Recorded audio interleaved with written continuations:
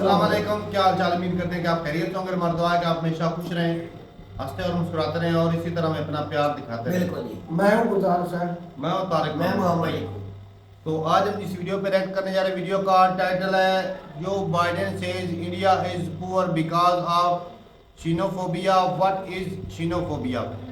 तो देखते हैं मैं वीडियो और अपना बयान पर देंगे। कौन ऑन करते हैं 3 2 1 वीडियो स्टार्ट। नमस्कार नहीं welcome you all to study IQ. मैं हूं Prashant Dhawan. Now Joe Biden ने ओवर द इयर्स बहुत सारी अजीबोगरीब स्टेटमेंट्स दी हैं, मगर रिसेंटली इन्होंने एक ऐसी स्टेटमेंट दी है जिसको सुन के रशिया, इंडिया, चाइना, जापान, इन सब कंट्रीज में लोग काफी हद तक हंस रहे हैं। इन्होंने ये कह दिया, जो बाइडेन ने ये कह दिया कि इंडिया, चाइना, रशिया, जापान ये सब इकोनॉमिक ग्रोथ के मामले में, ध्यान दीजिएगा, ओवरऑल इकोनॉमी की बात नहीं कर रहे, जो इकोनॉमिक ग्रोथ के मामले में अमेरिका इन सब कंट्री से आगे इसलिए निकल रहा है जो बाइडेन के हिसाब से, क्योंकि ये सारी कंट्रीज जीनोफोबिक है। जीनोफोबिया इन कंट्रीज में हावी हो रखा है, इसलिए ये सारी कंट्रीज पीछे रह गई। नाउ इस वीडियो में हम बात करेंगे कि जीनोफोबिया होता क्या है और क्या वाकई में इकोनॉमिक ग्रोथ के मामले में आज के समय इंडिया, चाइना, रशिया, जापान ये सब यूएसए से पीछे चल रहे हैं। नाउ जीनोफोबिया का मतलब होता है कि जो लोग आपसे अलग हैं, जो लोग आपसे स्किन कलर में अलग हैं, जो लोग आपसे कल्चर में अलग हैं, उनके प्रति घृणा होना, उनसे बस दूर भागना कि नहीं बस ये लोग हमसे अलग हैं, इनकी सोच अलग है, ये हमसे दिखते अलग हैं, तो उनसे बस दूर भागना। नाउ क्या इंडिया एक जीनोफोबिक कंट्री है? देखो, जिस तरीके से अगर कोई नीली आंखों वाला, ब्लॉन्ड बालों वाला कोई आदमी अगर यूट्यूब पे वीडियो डाल दे कि look guys I am eating Indian food, और एक उसका अच्छा सा थंबनेल बना ले, उसके जो 3-4 मिलियन व्यूज आते हैं ना, इतने सारे लाइक आते हैं, और फिर इंडियंस और नीचे लिख रहे होते हैं कि प्लीज ट्राई पानी पूरी, प्लीज ट्राई दिस, उससे लगता नहीं है कि हम लोग जीनोफोबिक हैं। ये तो खैर मैंने आपको एक मजाक का एग्जांपल दिया, जबकि ये अपने आप में काफी रियल है। मगर इंडिया की हिस्ट्री बताती है कि हम लोग कहीं से भी जीनोफोबिक नहीं है। हमने बाहर के कई रिलीजन्स को जगह दी है अपने देश में। पारसीज, आपको पता होगा, ईरान छोड़कर इंडिया में आए थे कई सेंचुरीज पहले। ज्यूइश लोग तो आज भी खुल के कहते हैं कि दुनिया में सिर्फ 2 ही देश हैं जहां पे हमारे खिलाफ रेसिज्म नहीं हुआ, एक इंडिया, एक चाइना। हालांकि चाइना के केस में मैं एक सवाल पूछूंगा, इंडिया में तो आपको आज भी बहुत सारे ज्यूज मिल जाएंगे, चाइना में मुझे ज्यूज दिखा देना, ज्यूज कहां पर है। और उसके अलावा भी आप देख लीजिए जिस तरीके से पैट कमिंस के क्लासिक एग्जांपल मैं कहूंगा, इंडिया वर्ल्ड कप में हराया, मगर आईपीएल में उनको मिलियंस ऑफ डॉलर्स मिले और हैदराबाद की टीम को वो लीड कर रहे हैं, और इंडिया में बहुत सारे उनके आपको फैंस भी मिल जाएंगे। तो इंडिया कहीं से भी आपको एक जीनोफोबिक कंट्री नहीं मिलेगा। हाँ देखो, कई मामलों में हम लोग डिफेंसिव फील करते हैं जियोपॉलिटिकल अरीना में, क्योंकि इतिहास में आप अगर जाओगे तो अभी 80 साल भी नहीं हुए हैं, हमको एक कॉलोनी बना दिया था यूके ने, हमारे साथ रेसिज्म किया गया, हमारे ही देश में हमको एक्सप्लॉइट किया गया, हमारी इकोनॉमी सिस्टमैटिकली तोड़ी गई। तो देखिए, उसकी वजह से एक आप कह लीजिए डिफेंसिवनेस रहती है। हम काफी हद तक शक की नजर से देखते हैं फॉरेन कंट्रीज को, उनकी पॉलिसीज को, कि वो क्या करने की कोशिश कर रहे हैं। हालांकि मुझको यहां पर यह ऐड करना पड़ेगा कि काफी सारे इंडियंस ही जो खुद को क्रिटिसाइज करना पसंद करते हैं, वो एक वॉशिंगटन पोस्ट की 10-11 साल पुरानी रिपोर्ट को काफी बार कोट करते हैं, जहां पर यह बताया गया था कि इंडिया दुनिया का सबसे रेसिस्ट कंट्री है। ना ये रिपोर्ट देखकर कई जो यूरोपियन और अमेरिकन थे वो भी काफी हद तक शॉक थे कि रियली इंडिया दुनिया का सबसे रेसिस्ट कंट्री, क्योंकि यहाँ पे आप देख पाओगे इनके हिसाब से सबसे ज्यादा रेसिज्म इंडिया में है। इस रिपोर्ट को इंडिया में तो हम लोग काफी कोट करते हैं, मगर इसी आर्टिकल में ना नीचे आप देखोगे एक लिखा हुआ है अपडेट, जो प्रोफेसर स्टडी करते हैं रेस और एथनिक कॉन्फ्लिक्ट को, इन्होंने इस मैप को, इस रिपोर्ट को स्टडी किया और इन्होंने खुद कहा बाद में कि देखिए ये जो तरीका था जहां पे हमने कैलकुलेट किया है कि एक कंट्री में कितना रेसिज्म है, ये इतना एक्यूरेट नहीं है। सिर्फ एक मैट्रिक से हम बता नहीं सकते कि एक कंट्री में कितनी रेशियल टॉलरेंस है। बट सैडली एक आप कह लीजिए काफी बार एक मैप, एक सर्टन इमेज जब ज्यादा सर्कुलेट हो जाती है तो वो लगातार सर्कुलेट होती रहती है, और अनफॉर्चुनेटली काफी बार इंडियंस ये कह रहे होते हैं कि देखो यहाँ पे तो लिखा है कि Indians are the most racist. Now बाकी कंट्रीज की अगर मैं बात करूं, चाइना, जापान, तो टॉपिक बहुत ही ज्यादा कॉम्प्लिकेटेड हो जाएगा। एज एन इंडियन प्रोमिनेंटली मैं इंडिया की बात कर सकता हूं। चाइना जापान के केस में मुझको बहुत सारी और बातें भी समझानी पड़ेगी, मगर सबसे ज्यादा अजीब बात बाइडेन ने यह कही है कि सिंस ये सब कंट्रीज बाइडेन के हिसाब से जीनोफोबिक है, ये इमिग्रेंट से नफरत करते हैं, इसलिए इन कंट्रीज में तरक्की नहीं होती, जबकि यूएस इमिग्रेंट से प्यार करता है, इसलिए यूएस की इकोनॉमी इतनी स्ट्रांग है, इतनी ज्यादा मैं कहूंगा अजीब सी स्टेटमेंट है। आप इमेजिन कर सकते हैं, भारत एक ऑलरेडी ओवर पॉपुलेटेड कंट्री, क्या हम इमिग्रेंट्स लेना चाहेंगे? नहीं। हमारे यहाँ नौकरियों की ऑलरेडी कमी है, हमारे यहाँ जो कॉलेजेस हैं, हमारे यहाँ जो यूनिवर्सिटीज़ हैं, वहाँ पे सीट्स की ऑलरेडी कमी है। 99% लेकर भी काफ़ी बार आपको एडमिशन नहीं मिल पाता। और सेम केस काफ़ी हद तक आपको चाइना में मिलेगा। हालांकि जापान का और केस है, Japan is a different country all together. Russia का तो कंप्लीटली डिफरेंट केस है। और सबसे ज़्यादा फनी बात यह है कि इन दी एंड हम बात क्या कर रहे हैं? हम बात कर रहे हैं इकोनॉमिक ग्रोथ की ना, कि बाइडन के हिसाब से सिंस इंडिया, चाइना, रशिया में ये जीनोफोबिया है, इसलिए ये कंट्रीज ग्रो नहीं कर पा रही, जबकि रियलिटी इससे कंप्लीटली डिफरेंट है। अगर हम ग्लोबल जीडीपी की ग्रोथ की एवरेज लगाएं तो ये है 3.2%। सारे कंट्रीज की ग्रोथ की अगर हम एवरेज लगाएं ना, तो ये on an average her country grow कर रहा है।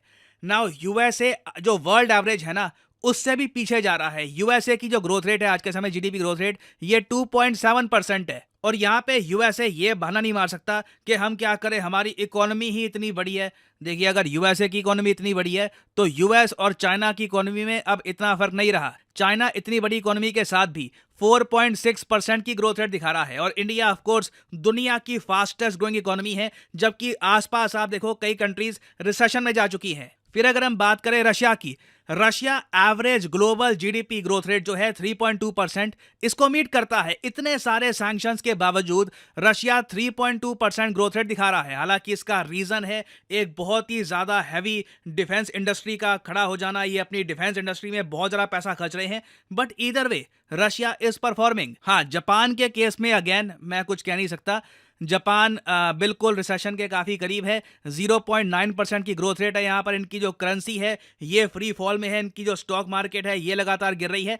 तो Japan is a different case all together. और रिसेंटली जो विवेक रामास्वामी के साथ हुआ था इन यूएसए, ये देख के लगता नहीं है कि यूएसए भी जीनोफोबिया मुक्त देश है।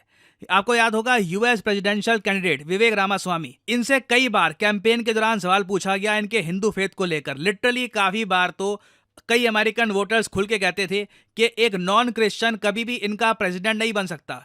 इंडिया में आप अगर देखें तो एक नॉन हिंदू कई बार इंडिया के प्रेसिडेंट बन चुके हैं।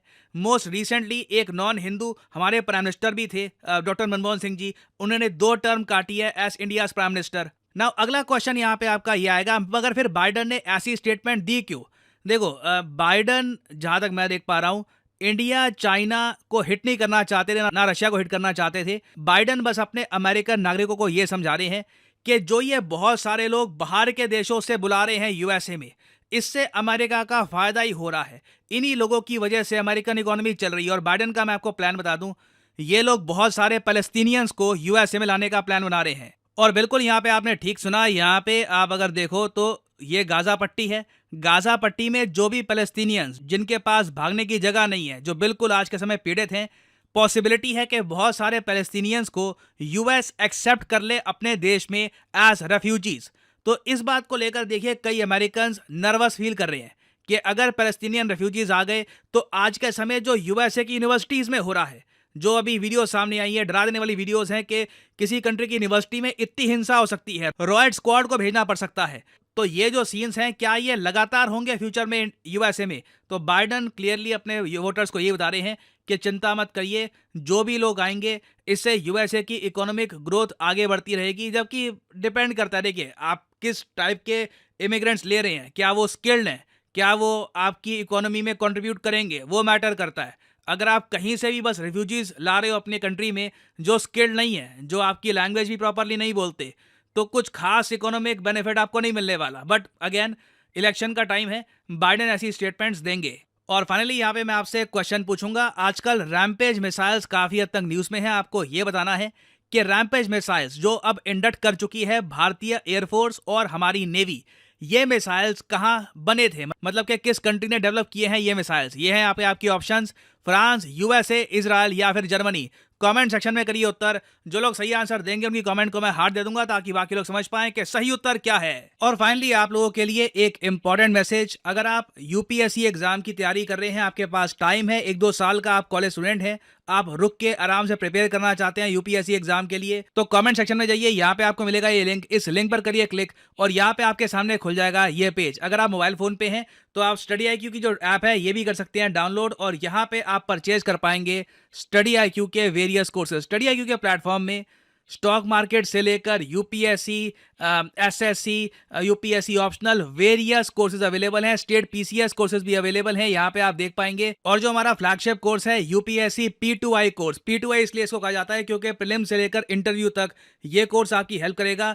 इसे आप परचेज कर सकते हैं यहाँ पर कोड PG10 लगाकर। ना यहाँ पे आपको और भी बहुत सारे कोर्स दिख रहे होंगे, सिविल और वेरियस और कोर्स हैं ना। इन कोड्स को आप अगर यूज करते हैं तो आपको मैक्सिमम डिस्काउंट नहीं मिलेगा। अगर आप यूज करते हैं कोड PG10 तो आपको मिलेगा यहाँ पर maximum discount possible. So use the code PG10 and save money. By the way, इस कोर्स में आपको 30 महीने की वैलिडिटी मिलती है, तो मतलब कि पर मंथ आप 1000 रुपए से भी कम पे कर रहे होंगे for your UPSC preparation. So use the code PG10 and save money. इसी नोट के साथ ये है वीडियो का अंत। Thank you for listening and as always may the gods watch over you.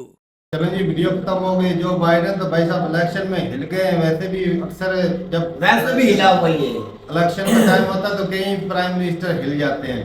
ये बेचारा तो पहले ही इनको पता नहीं मैं पाँव कहाँ रखूंगा। और पहले नंबर तो भाई है कि अपनी आवाम का चुतिया इसलिए काट रहा है कि भाई देखा जाए तो इंडिया और चाइना की ग्रोथ सबसे ज्यादा हुई है। हाँ जी, बिल्कुल। जीडीपी की ग्रोथ सबसे ज्यादा हुई और वो कह रहा है कि भाई साहब ये दूसरे लोगों को एक्सेप्ट नहीं करते, हाँ, तो रिसेजम करते हैं, तो ये इसलिए ये पीछे जा रहे हैं। अब देखा जाए तो इंडिया और चाइना की खुद की पॉपुलेशन ही बहुत बड़ी है, बहुत ज्यादा है भाई। और इंडिया की बात, चाइना का तो भाई पता नहीं, लेकिन इंडिया में भाई साहब पूरी दुनिया से लोग बैठे हैं। बिल्कुल बैठे हैं, हर किस्म के लोग मिल जाते हैं। हमने तो भाई अफ्रीकन भी देखे हैं इंडिया में बसे, ये रोहिंग्या के मुसलमान, बांग्लादेश के, अफगानिस्तान के, ये आसपास के कितने बैठे हुए, सारे बैठे हुए। पाकिस्तानी मतलब है कहीं बंगाली या रोमानिया में जो हुआ था, या बर्मा में जिस तरह हुआ था, तो इन्होंने दी थी, बांग्लादेश इंडिया ने दी थी। और इंडिया ईरानी भी, वो बता रहे थे ईरानी भी कब से बैठे हुए हैं,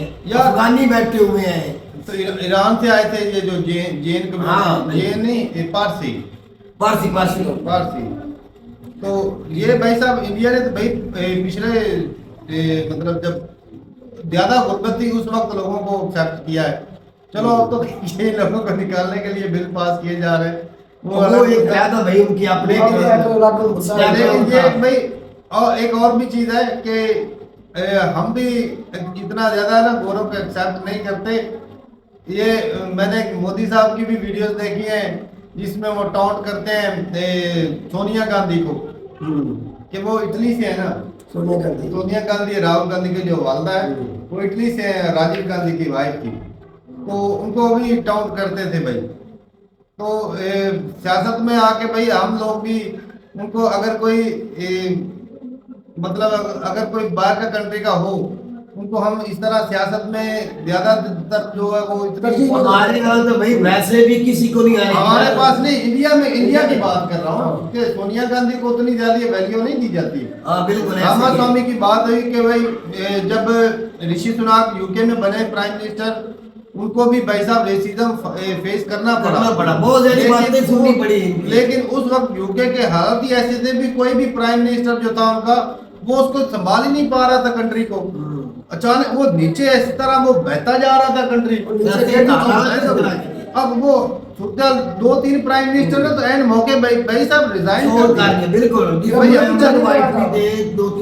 एक जो लीडर है कि वो जब कंट्री ढंग से नहीं चल पा रहा, कंट्रोल नहीं हो रहा, तो वो छोड़ देते, हाथ खड़े कर देते। इन्होंने संभाला है। लेकिन हमारे जो शहबाज शरीफ साहब है वो नीचे गिरा हुआ है, तो रोकने के बाद मजबूर भी उन्होंने कहा भी हम ये तो डूब नहीं रहा ढंग से, तो कहते हैं भाई साहब मैं डुबा के देता हूं। अगर कुछ ऊपर पानी में नजर आ भी रहा है मैं नीचे दबा देता हूं। तो भाई साहब रेसिज्म जो है ना, जो बाहर के होते हैं ना, वो उनको फेस करना ही पड़ता है, चाहे जो मर्जी हो।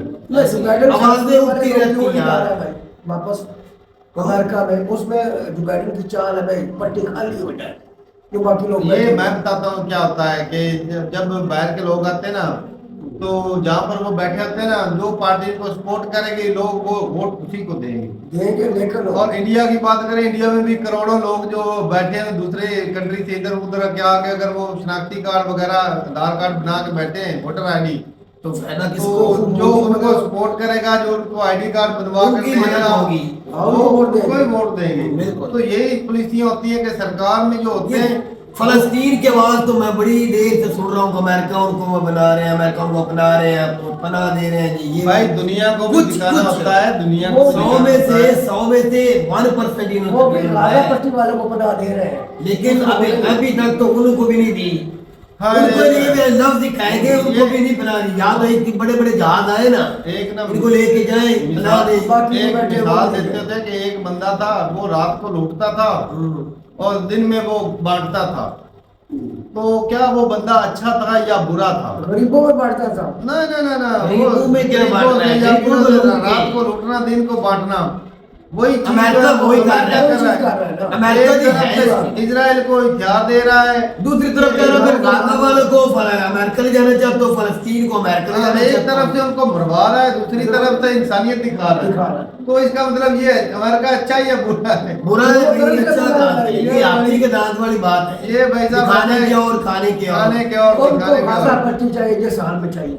ये भी तो हो सकता है मीडिया पे आवाज दे, दुनिया को दिखाए कि हम इनकी मदद करेंगे, उधर लेके जा रहे पीछे इजराइल को कहे भी खाली जगह होगी, बाकी आसानी से कब्जा कर दो। ये भी तो हो सकता है। बिल्कुल इसराइल का दिखावे के कब्जा होना है, कब्जा तो अमेरिका का ही है। कब्जा तो वैसे ही अमेरिका की उन्हें और किसका हो रहा है? इजराइल भी चाह के कुछ नहीं कर सकता। अमेरिका ठीक है, जाता है। बाकी भाई इसमें भी कोई दोहरी राय नहीं कि जब जहाँ पर ना ज्यादा तबके के हर किस्म के लोग आते हैं ना, वो कितना तरक्की भी करता है अगर ढंग से कानून बांधते कानून वो हो भी तो- करता है और ज्यादा लोग वहाँ करते पे- हैं, खराबियां भी होती हैं। खराबियां भी होती है। बिल्कुल जिस तरह भाई प्रोटेस्ट होंगे, साउथ अमेरिका में पहले इतना ज्यादा प्रोटेस्ट नहीं होता, जो जितनी ज्यादा आवाम और जाएगी ज्यादा- ज्यादा मुल्कों के लोग ज्यादा जिस जाएंगे। कम्युनिटी के लोग होंगे, अगर उस कम्युनिटी पे जुल्म ज्यादती हुई है लेकिन तो वो कानून खड़े हो हो- ना भाई, अगर कानून हो ना तो सारे कानून के नीचे चौधरी हो या कमी हो, सब नीचे हो तो फिर ठीक है। अगर कानून नाम की चीज नहीं है फिर कुछ अगर नहीं कोई दूसरे खालिस्तान का कोई झंडा उठाता है तो वो ठीक है, फलस्तीन का उठाता है तो वो गलत है। ये तो हो रहा है, ये तो हो रहा है ना। खालिस्तान का मुद्दा उठाने से अमेरिका का नुकसान नहीं होता, फलस्तीन का की जो होता है। उठाने से उनको नुकसान होता है। ये चीज भी है। ये दो रिप्लेसी है। बाकी में वोट लेने के लिए ये सियासतदान बहुत सारी आपकी बैठक को नजर आ रहा है कि 2024 के 10वें महीने में नए प्राइम मिनिस्टर बनना है अमेरिका में, किसने बनना है? मेरी अपनी एक सोच है कि वो ट्रम्प बनेगा। ट्रम्प के ऊपर वैसे अमेरिकन सुप्रीम कोर्ट में केस चलाया हुआ इन्होंने, मिशेल ओबामा ने और इसने चले जी ठीक है। लेकिन जीतेगा ट्रम्प। बताइएगा जरूर। वैसे एक और चीज भी है, इंडिया जो है ना, जो यूथ है खासतौर पे, हाँ। साफ जाहिर है कि वो एक और भी चीज है कि भाई दूध का जला छाछ भी फूक फूक पे पीता है। कि हमारे साथ पास्ट में हो चुका है कि किस तरह गोरों ने, एक कंपनी ने आके हमारे ऊपर कब्जा कर रहे। फिर न और कहीं भाई ऐसा हो। वो थोड़ी सी एक माइंड सेट रहता है कि ये साल गोरे। मैं एक वीडियो देख रहा था, वो एक बंदा जो है वो गाली निकाल रहा था, चल कहता चल गोरे निकल जा साले, तुम लोग लुटेरे हो, निकल फिर जा आगे। हमें फिर कैसे आगे। शुरू है। वो गालियां निकाल रहा इन्होंने था। जुल्म भी तो इतने किए थे, इसमें लोगों का माइंड सेट जुल्म किया और रहता लूटा है। भी। तो भाई मारा बहुत जुल्म किया उन लोगों ने। सब कुछ लूट के भी ले गए और जुल्म और सितम की भी इंतहा कर दी इन गोरों तो ने। भाई साहब रेसिज्म तो हर जगह पे होता है, किसी ना किसी कम्युनिटी के साथ हो रहा है। वेस्टर्न कंट्री में ये जो व्हाइट स्किन वाले हैं, ब्राउन स्किन वालों से इतना ज्यादा भी प्यार नहीं नहीं करते। दिखावे के लिए करते हैं भाई सारा कुछ। बाकी वो तो भाई एक वीडियो देखी थी, अब इसमें कितनी सच्चाई है भाई मुझे नहीं पता। सोनिया गांधी को भी ये चीजें फेस करना पड़ी हैं कि वो इटली से हैं, इम्पोर्टेड है, इस तरह की वो बातें ना बातें सुननी पड़ी अपोजिशन की तरफ से। तो ठीक है भाई, अपनी राय जरूर बताइएगा कमेंट सेक्शन में। मिलते नहीं वीडियो के साथ, तब तक के लिए इजाजत देंगे। अल्लाह हाफिज।